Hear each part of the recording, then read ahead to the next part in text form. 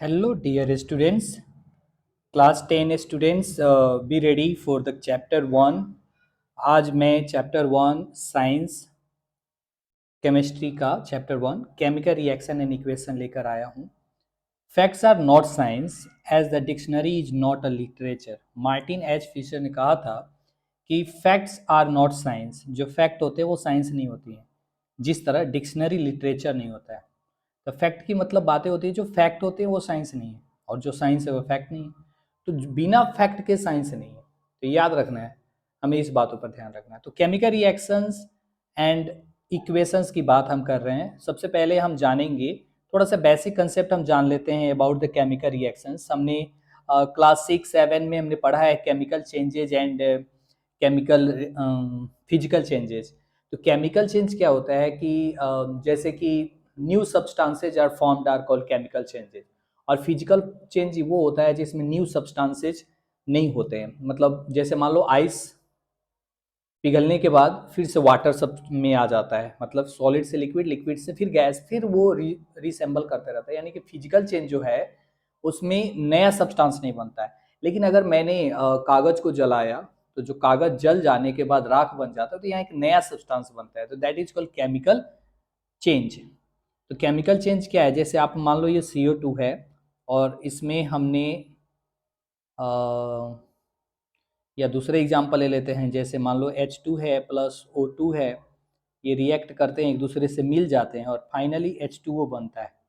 तो chemically reaction हो रहा है, मतलब चेंजेज हो रहा है. हाइड्रोजन के कैरेक्टरिस्टिक क्या है, ऑक्सीजन के कैरेक्टरिस्टिक क्या है, दोनों का अलग है. हाइड्रोजन फ्लेमेबल गैस है, ऑक्सीजन आग को बुझा देती है. हाइड्रोजन आग मतलब उसमें आग पकड़ सकता है, ऑक्सीजन के संपर्क में वो जलता है. लेकिन ये दोनों जब आ जाते हैं, H2O मिल जाते हैं, तो इसका कैरेक्टर ही अलग हो जाता है. ये chemical change, new substances are form. तो ये बेसिक नॉलेज है. इसके बाद ही हम आगे बढ़ते हैं. और जैसे कि आप यहाँ पे देख रहे हैं हमारे एनसीईआरटी में, टू द पॉइंट की बात अगर हम करें, consider the following situations of daily life and think what happens when. आप अपने डेली लाइफ के कुछ सिचुएशंस को कंसीडर करिए, दिमाग में रखिए और देखिए कि क्या होता है. जैसे if milk is left at room temperature during summers, गर्मी के दिनों में अगर दूध रूम टेम्परेचर पर छोड़ दिया जाता है तो दूध फट जाता है. जो दूध जो होते हैं ये वो मतलब उसका मलाई अलग हो जाता है. जैसे छेना फाड़ना कहते हैं हम लोग उसको को, तो वो अलग हो जाएगा, खट्टा हो जाता है, दूध फट जाता है. आयरन तवा, pan, nails left expose to humid atmosphere. अगर कोई आयरन का तवा है या पैन है या नेल है, कांटी है, अगर उसको हम ह्यूमिड टेम्परेचर में रख दें, जहाँ पे टेम्परेचर लो हो, जैसे मॉइस्चर ज़्यादा हो, तो वहाँ पे आप क्या देखते हैं कि वहाँ वो रस्टेड हो जाता है. रस्टेड का मतलब होता है कि उसके ऊपर ब्राउनिश कलर का लेयर जम जाता है. तो इसके लिए वो क्यों हुआ, ये सब चीज़ का आंसर हमें इस चैप्टर में मिलेगा. ग्रेप्स गेट फर्मेंटेटेड, अगर मतलब अंगूर को अगर हम छोड़ देते हैं तो अंगूर को क्या करते हैं, तो अगर हम छोड़ देते हैं तो अंगूर क्या होता है, फर्मेंटेटेड हो जाता है. फूड इज कुक्ड, खाना बन गया. वही खाने को अगर आप छोड़ दीजिए तो खाना खराब भी हो सकता है. Food get digested in our body, हम खाना खाते हैं, पेट में जाने के बाद वो डाइजेस्ट हो जाता है. तो जो खाना हमने खाया वो हमारे ब्लड को नहीं मिला, खाने का एक अलग प्रोसेस होता है, और उस प्रोसेस के डाइजेशन होने के बाद उसमें के जो न्यूट्रिएंट्स है वो बॉडी में लगता है. तो न्यूट्रिशन में हमने खाया फूड और फूड से हमें न्यूट्रिशन मिला, तो ये भी एक केमिकल चेंज का ही एग्जाम्पल है. हम सांस लेते हैं, हमने ऑक्सीजन लिया, कार्बन डाइऑक्साइड लिया, नाइट्रोजन लिया, अनेक प्रकारों का गैस लिया, लेकिन अंदर जब जाता है तो सिर्फ एक्सेलेशन और इनहेलेशन में CO2 और O2 का ही होता है. और ब्लड जो है सिर्फ CO2 और O2 को ही एक्सेल और इनहेल करते हैं, यानी कि हायर कंसंट्रेशन, लोअर कंसंट्रेशन, ये सारे पोजीशन है जिसमें हमें केमिकल रिएक्शन पढ़ना है. In all the above situation, the nature and the identity of the initial substance have somewhat changed. मतलब जितनी भी एग्जाम्पल मैंने कहा, जितने भी सिचुएशन हमने देखा, इसमें हम क्या देखते हैं, या तो उसकी आइडेंटिटी चेंज हो जाती है या कुछ उसके इनिशियल सब्सटेंस जो होते हैं वो चेंज हो जाता है. We have already learn about the physical and chemical changes of matter in our previous classes. Wherever a chemical change occurs, we can say that a chemical reaction has taken place. तो simple से मैंने पहले ही बताया था कि अगर आप chemical change अच्छा से समझ जाते हो तो that is the chemical reaction. मतलब नया substance, the new substances is form, that is called chemical reaction. So you may perhaps be wondering as to what is actually meant by chemical reaction. अभी भी आपको थोड़ा बहुत confusion होगा, wondering होंगे कि एक्चुअली में केमिकल रिएक्शन है क्या. How do we come to know, हम कैसे जानेंगे. That a chemical reaction has taken place. तो हमें कैसे पता चलेगा कि केमिकल रिएक्शन हुआ कि नहीं हुआ? उसके लिए हम कुछ एक एक्टिविटी परफॉर्म करते हैं और उसको समझते हैं। जैसा कि आप यहाँ पे देख रहे हैं, ये मैग्नीशियम रिबन को यहाँ पे यूज किया गया। मैग्नीशियम रिबन लैब में मिल जाता है आसानी से। तो मैग्नीशियम रिबन को हम लोग लेते हैं, ये ऐसे पतली सी ले लिए। लेकिन मैग्नीशियम रिबन को लेने से पहले हमें क्या करना पड़ता है, उसको साफ करना पड़ता है। एक कॉर्नर एज पे हम क्या करते हैं, इसको साफ करते हैं। तो इस एज पे अगर हमको साफ करेंगे, एकदम ये चमकने लग जाएगी, तब उसको हम टोंग्स, ये टोंग्स होता है, ये इस टोंग्स से अगर हम पकड़ते हैं और पकड़ने के बाद उसको जलाते हैं, तब मैग्नीशियम रिबन जो है जलना शुरू हो जाता है। जहां से हमें देख पाएंगे कि यहां से जलना शुरू हो जाएगा और ये व्हाइट लाइट के साथ कंबस्ट करेगा। जैसा कि आपने 8 में पढ़ा होगा कंबस्शन। कंबस्शन क्या है? When any substance Burns in the presence of oxygen it produce light, heat and energy. So same process यही है, जैसे हम इसको जलाएंगे हमें लाइट प्रोड्यूस होगा और हमें ये एक रिएक्शन देखने को मिलेगा। अब यहाँ पे एक चीज बात समझते हैं। हमने लिया magnesium, that is called Mg, और हम जानते हैं कि कंबस्शन ऑक्सीजन के प्रेजेंस में होता है, तो हमें O2 चाहिए। And then after the reaction, what is the reaction? Magnesium और ऑक्सीजन के संपर्क होगा, वो जलेगा, एंड जलने के बाद क्या होगा, व्हाइट लाइट प्रोड्यूस करेगा, और ये जो एसेज है यहाँ पे आके जम के गिर जाएगी। तो ये जो एसेज है that is called MgO, magnesium oxide, that is called magnesium oxide. ये देख रहे हैं आप, यहाँ पे लिखा हुआ है magnesium oxide. So that ashes is known as magnesium oxide. What happened to that? When magnesium ribbon comes in the presence of oxygen and it start burning, producing heat and light, then it change into magnesium oxide, and that magnesium oxide, magnesium का nature अलग है, oxygen का nature अलग है, and magnesium oxide का nature अलग है। तो हमने क्या देखा यहाँ पे कि इस तरह से हम एक रिएक्शन हो गया, ये दैट इज का रिएक्शन। तो रिएक्शन में हमें सबसे पहले देखना क्या है कि सबसे पहले हमें कैसे पता चला कि रिएक्शन शुरू हुआ? तो लाइट प्रोड्यूस हुआ, है ना, लाइट प्रोड्यूस हुआ, फिर हीट जनरेट हुआ, हीट इज जनरेटेड, है कि नहीं? लाइट आया, हीट इज जनरेटेड, है ना। तो हमने समझा कि there is a chemical reaction. So that's all. Burning of magnesium ribbon in air and collection of magnesium oxide in watch glass. तो हम यहाँ पे देखेंगे और क्या ऑब्जर्व किया हमने। अब यहाँ पे आपको हमें समझना क्या है कि देन आफ्टर हम नेक्स्ट पेज की ओर चलते हैं। You must have observe that magnesium ribbon Burns with a dazzling flat white flame, है ना। व्हाइट फ्लेम की मतलब जैसे कि हमारे पास आपने वो दिवाली के दिनों में आपने देखा होगा, जैसे डैजलिंग प्रोड्यूस करता है छुरछुरी को, उसी तरह का ये फ्लेम यूज करेगा। And change it into white powder. This powder, so this powder is magnesium oxide. ये पाउडर जो जमा होगा वो क्या कहलाएगा? Magnesium oxide. And it is formed due to the reaction between magnesium and oxygen in the presence of in the air. मैंने पहले भी बताया कि ये ऐसा क्यों हुआ, क्योंकि मैग्नीशियम और ऑक्सीजन रिएक्ट किया किससे? ऑक्सीजन से। ऑक्सीजन कहाँ था? तो एयर में था। एक्टिविटी 1.2 की बात करें, देखिए ध्यान से पढ़ेंगे, क्लास 10। एक्चुअली क्या है कि एक्टिविटी से ही बहुत सारे क्वेश्चन आते हैं। अगर आपको एक्टिविटी अच्छा से समझ में आ जाता है, then you can clear the topics, notes and all related facts related to the chemical reaction and chemical reactions and equations. Okay, तो एक्टिविटी 2 समझते हैं हम लोग। एक्टिविटी 2 में कहता है टेक अ लीड नाइट्रेट। हमें लीड नाइट्रेट लेना है, तो हम लीड नाइट्रेट लेंगे PbNO3। Lead nitrate is called PbNO3 whole 2 भी कर सकते हैं, PbNO3 होल 2 या PbNO3 कर सकते हैं। देन आफ्टर पोटेशियम आयोडाइड, हम Ki यूज करेंगे, पोटेशियम आयोडाइड यूज करेंगे और दोनों को मिलाएंगे। तो क्या होता है हमारे पास, इस रिएक्शन को हम समझेंगे। तो रिएक्शन हम लोग करा रहे हैं लीड नाइट्रेट PbNO3 में और Ki में। तो ये हमारा है PbNO3 lead nitrate whole 2 plus Ki potassium iodide. तो अब रिएक्शन कराते हैं हम लोग, क्या होता है। तो एक्चुअली यहाँ पे रिएक्शन होगा। हम इस ऑब्जर्वेशन में हम क्या सीखने वाले हैं, इसी ऑब्जर्वेशन में एक्चुअली में ये एग्जांपल जो है डबल डिस्प्लेसमेंट रिएक्शन का एग्जांपल है, लेकिन फिर भी एक्टिविटी 1.2 में दिया है कि हमें रिएक्शन से रिलेटेड समझना है कि हो क्या रहा है। हमें समझना है कि मतलब हम कैसे कहेंगे कि there is a chemical reactions happens, takes place हो रहे हैं, केमिकल चेंजेज हो रहा है, उसको समझना है। तो होता क्या है कि अब यहाँ पे होगा लीड आयोडाइड यानी कि PbI, है ना, और यहाँ से PbI2 हो जाएगा प्लस देन आफ्टर बन जाएगा KNO3, KNO3 पोटेशियम नाइट्रेट और लीड आयोडाइड, ये बनेगा। तो ये जो रिएक्शन हुआ, this reaction is also known as chemical reaction. अब यहाँ पे क्या हुआ, यहाँ तो हीट प्रोड्यूस नहीं हुआ है ना, यहाँ पे हीट प्रोड्यूस नहीं हुआ, लेकिन कलर चेंजेज होगा, है ना।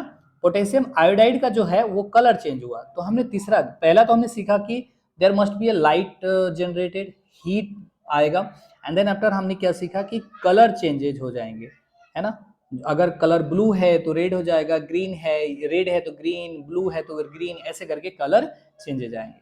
तो हमारा यही टॉपिक है, इसी को हमें समझना है कि फ्रॉम द अबव 3 एक्टिविटीज, दूसरी सॉरी मैंने 1.2 के बाद 1.3 नहीं बताया। एक्चुअली क्या है 1.3 में क्या है कि हमें H2 थोड़ा सा हम यहाँ समझते हैं, HCl चाहिए हमें और जिंक ग्रेनुअल्स चाहिए। तो हमें सबसे पहले चाहिए क्या कि एक डाइल्यूट सल्फ्यूरिक एसिड चाहिए, जिंक चाहिए, और हम रिएक्शन कराएंगे, यानी कि H2SO4 that is called hydrogen sulphate या सल्फ्यूरिक एसिड, प्लस हम इसमें Zn यूज करेंगे, Zn यूज करेंगे। तो आपने 8 क्लास में पढ़ा होगा, this is acid and this is metal.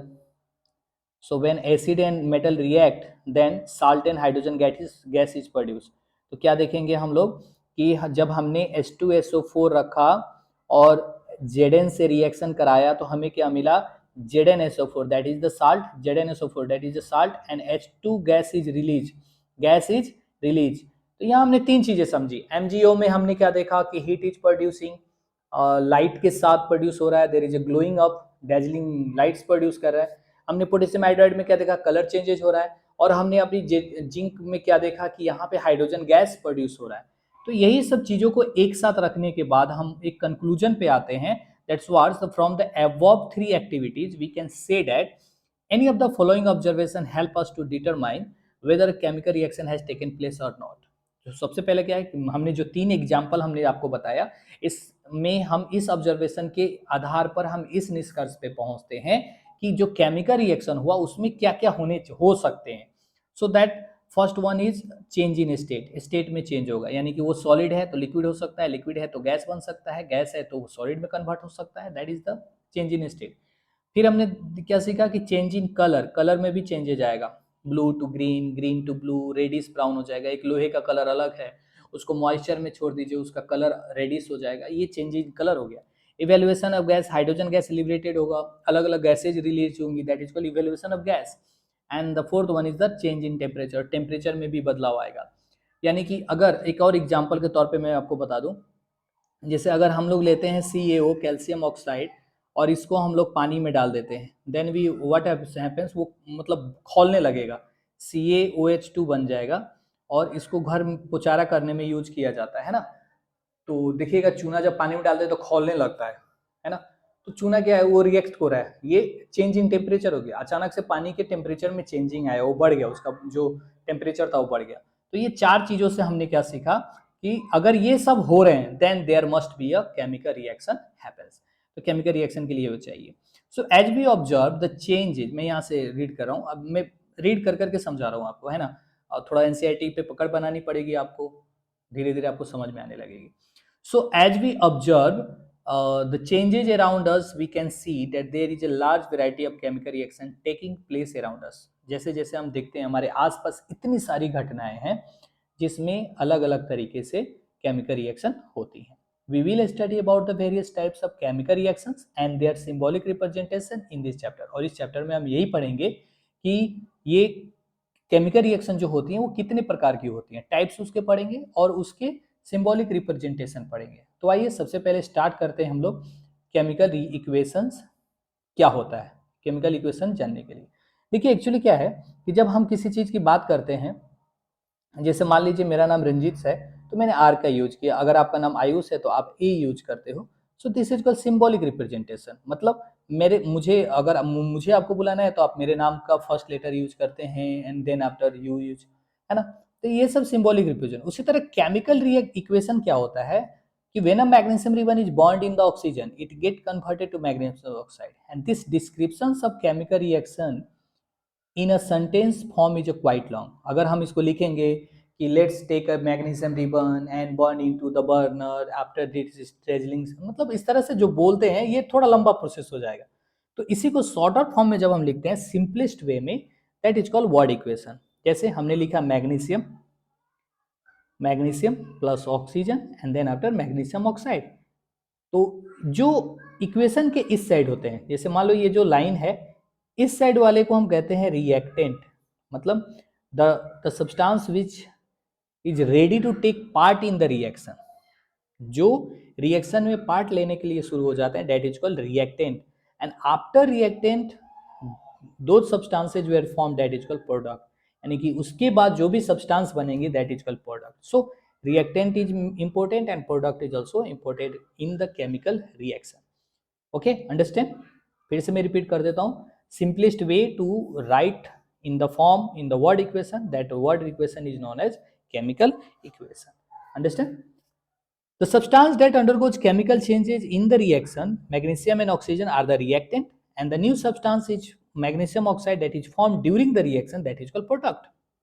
A word equations Award equation shows changes of reactant to product through an arrow placed between them. वो मतलब reactant और product के बीच में हम एक arrow देते हैं जो ये दिखाता है कि ये change हुआ है. The reactant are written in the left hand side and with plus sign, positive के साथ, मतलब जोड़ के साथ देते हैं क्योंकि दोनों जुड़ रहे हैं. And similarly product are written as the right side RHS with a plus sign अगर 2-3 product बन रहे हैं तो. And the arrow point towards the product shows the direction of reaction. अगर arrow का साइन, जैसे मान लीजिए अगर मैंने arrow का साइन ऐसे दिया, इसका मतलब रिएक्टेंट रिएक्ट होकर एक प्रोडक्ट बनाया, लेकिन अगर arrow का साइन ऐसे है तो यानी कि प्रोडक्ट टूट के फिर से रिएक्टेंट बन सकता है। ऐसा होता भी है। केमिकल रिएक्शन के टाइप नंबर 2 है डिस्प्लेसमेंट उसको कहते हैं डिकम्पोजिशन रिएक्शन। तो ऐसा होता है, डिकम्पोजिशन कॉम्बिनेशन हो सकता है, कॉम्बिनेशन डिकम्पोजिशन हो सकता है, कभी कभी ऐसा होता है। all the equations are not same but sometimes some equations will be there। तो वैसे जगहों पे हम इस साइन का यूज करते हैं ऐसे, और फिर ऐसे कर देते हैं ऐसे, यानी कि जो रिएक्टेंट है वो प्रोडक्ट बना और फिर प्रोडक्ट टूटने के बाद रिएक्टेंट बन सकता है। सो दैट इज द, ये शो करते हैं हम लोग। ठीक है, आगे बढ़ते हैं। अब आता है how to writing a chemical equation. हम केमिकल इक्वेशन को कैसे लिखेंगे? Is there any other shortest way to represent chemical equations? Chemical equation can be made more concise or useful if we use chemical formula instead of word. जैसे अगर मैं लिखता हूँ magnesium पूरा MAGNES है तो इतना बड़ा सा लॉन्ग प्रोसेस है। Actually this is the word equation में ये शॉर्टेस्ट है, लेकिन इसका भी शॉर्टेस्ट क्या है कि हम मैग्नीशियम के जगह पे Mg यूज करते हैं, ऑक्सीजन के जगह O2 यूज करते हैं, हाइड्रोजन के जगह H2 यूज करते हैं, कार्बन डाइऑक्साइड के लिए CO2 यूज करते हैं, पूरी नहीं लिख के एक शॉर्ट फॉर्म यूज करते हैं। So that is called first, ये हमें जरूरी है कि वर्ड इक्वेशन को हम कैसे लिखेंगे, तो उसके केमिकल इक्वेशन के लिए हम यूज करेंगे उसका एक shortest form, that is called क्या कहते हैं उसको, फॉर्मूला, है ना। उसके लिए आपको याद करना होगा सोडियम, पोटेशियम, कैल्शियम, इस सब के symbol name. Count and compare the number of atoms each element to the LHS and RH। याद रखना है कि मैग्नीशियम जितना इधर होना चाहिए उतना ही रिएक्टेंट साइड में जितना होना चाहिए मैग्नीशियम उतना ही प्रोडक्ट साइड में होना चाहिए। नंबर्स दोनों के सेम होने चाहिए बोथ साइड, है ना, तभी जाके कोई एक इक्वेशन बैलेंस होता है। तो इसीलिए नेक्स्ट टॉपिक भी है how to balance the chemical equation. Balancing chemical equation बड़ी आसान होती है, बस आपको याद रखना है कि हमें नंबर ऑफ एलिमेंट्स या number of atoms in reactant LHS में जितना हो उतना ही प्रोडक्ट में हो, तभी जाके कोई चीज़ बैलेंस हो सकता है। एग्जाम्पल के तौर पे अगर हम बात करें तो हमारे पास एक रिएक्शन है Zn प्लस H2SO4, है ना, और रिएक्शन में बना रहा है ZnSO4 प्लस H2। तो अगर हम ध्यान से देखें तो हमारे पास Zn in the left side 1 है और प्रोडक्ट साइड में भी 1 है। अगर हम बात करें H2 की तो रिएक्टेंट साइड में भी 2 हाइड्रोजन है और प्रोडक्ट साइड में भी 2 हाइड्रोजन है। अगर हम बात करें सल्फर की तो इधर 1 है, इधर भी 1 है, और अगर हम बात करें ऑक्सीजन की तो इधर 4 है और उधर भी 4 है। तो ऑल बैलेंस है, मतलब लेफ्ट हैंड साइड और राइट हैंड साइड सेम है, इसीलिए ये बैलेंस इक्वेशन है। ऐसे भी बहुत सारे क्वेश्चंस आते हैं जहाँ पे कभी नहीं देगा तो हमें उसको इसी तरीके से बनाना है, स्टेप बाय स्टेप हमें काउंट करना है कि फेरस इधर कितना है। जैसे आप स्टेप 1 में अगर हम बात करें, हमें Fe+H2O दिया गया है, Fe3O4 और H2 होता है। तो ध्यान से अगर हम देखें तो रिएक्टेंट साइड में Fe जो है हमारे पास, रिएक्टेंट साइड में Fe जो है हमारे पास 1 है, लेकिन प्रोडक्ट साइड में 3 है, तो हमें इसको 3 बनाना पड़ेगा। तो हम इसको 3 से मल्टीप्लाई करेंगे। फिर अगर हम बात करें H2 की, तो इधर H2 2 है और इधर H2 2 है, तो ये बैलेंस है ऑलरेडी। ऑक्सीजन की बात करें तो यहाँ 1 है और इधर 4 है, तो हमें इसको 4 बनाना पड़ेगा, है ना। तो अब इसको कैसे समझेंगे? अगर मान लेते हैं हमने Fe को 1 से इसको 4 से मल्टीप्लाई कर दिया, तो रिएक्शन कैसे काम करेगा? तो इसके लिए सिंपल सा फैक्ट है कि आपके पास, ये ध्यान से देखेंगे, मान लीजिए, समझना आसान है, देखिए समझिएगा बड़ी अच्छे से। Fe प्लस H2O रिएक्शन हुआ Fe3O4 प्लस H2। तो हमें ध्यान देना है, जब हम बीच एरो वाले के पास जब लाइन देते हैं तो इधर हमको प्लस देना है, यानी कि हमारे पास Fe है, फिर H2 है, मतलब H मान लीजिए, और ऑक्सीजन है हमारे पास, इसे ही। अब ध्यान से देखेंगे, Fe हमारा इस साइड है तो 1 देंगे, प्लस इसमें नहीं है तो 0 देंगे। उसी तरह यहाँ Fe3 है और इसमें प्लस के बाद में नहीं है तो यहाँ 0 देंगे। फिर उसी तरह हाइड्रोजन इस साइड नहीं है, लेकिन इस साइड में 2 है, इधर हाइड्रोजन नहीं है लेकिन इधर 2 है। और ऑक्सीजन की बात करें तो यहाँ नहीं है और यहाँ 1 है, यहाँ ऑक्सीजन 4 है और यहाँ नहीं है। अब इसी में बैलेंस करना है। इस तरह से अगर आप सेट कर लेते हो, पहले एक बार समझो, मैंने प्लस क्यों दिया? क्योंकि यहाँ पे 2 रिएक्टेंट साइड में 2 टर्म है, 2 सब्जेक्ट है, और इधर भी हमने प्लस इसलिए दिया क्योंकि इधर प्रोडक्ट में भी 2 टर्म है। तो एक टर्म वाले को इधर साइड में रखेंगे, एक टर्म वाले को इधर साइड में रखेंगे, है ना। अब आसानी से समझना है। अब जैसे देखो, यहाँ Fe1 है और Fe यहाँ 3 है, तो हमारे पास क्या है, हम इसको 1 × 3 करेंगे। तो रूल कहता है कि अगर आप अपने इस साइड में प्लस के इधर वाले में जब मल्टीप्लाई किया तो इस सब में कर दो 3 × 3। ध्यान से देखेंगे, वो 3 1 3, 3 बैलेंस हो गया, इधर 0 है, इधर 0 है, बैलेंस है Fe। H2 यहाँ 0 है, 3 से मल्टीप्लाई करेंगे तो 0 ही होगा, तो कोई फर्क नहीं पड़ेगा, इसलिए यहाँ 2 है और यहाँ पे भी 2 है, तो ये भी बैलेंस है।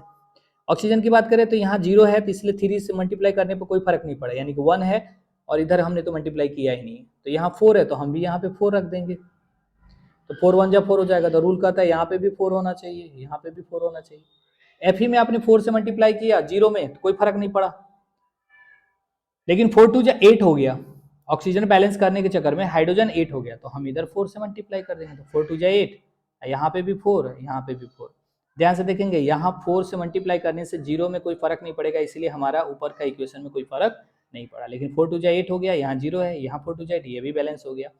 और ऑक्सीजन की बात करें तो 4 0 0 आने से इस 4 को कोई फर्क नहीं पड़ा, इसलिए ये भी बैलेंस है।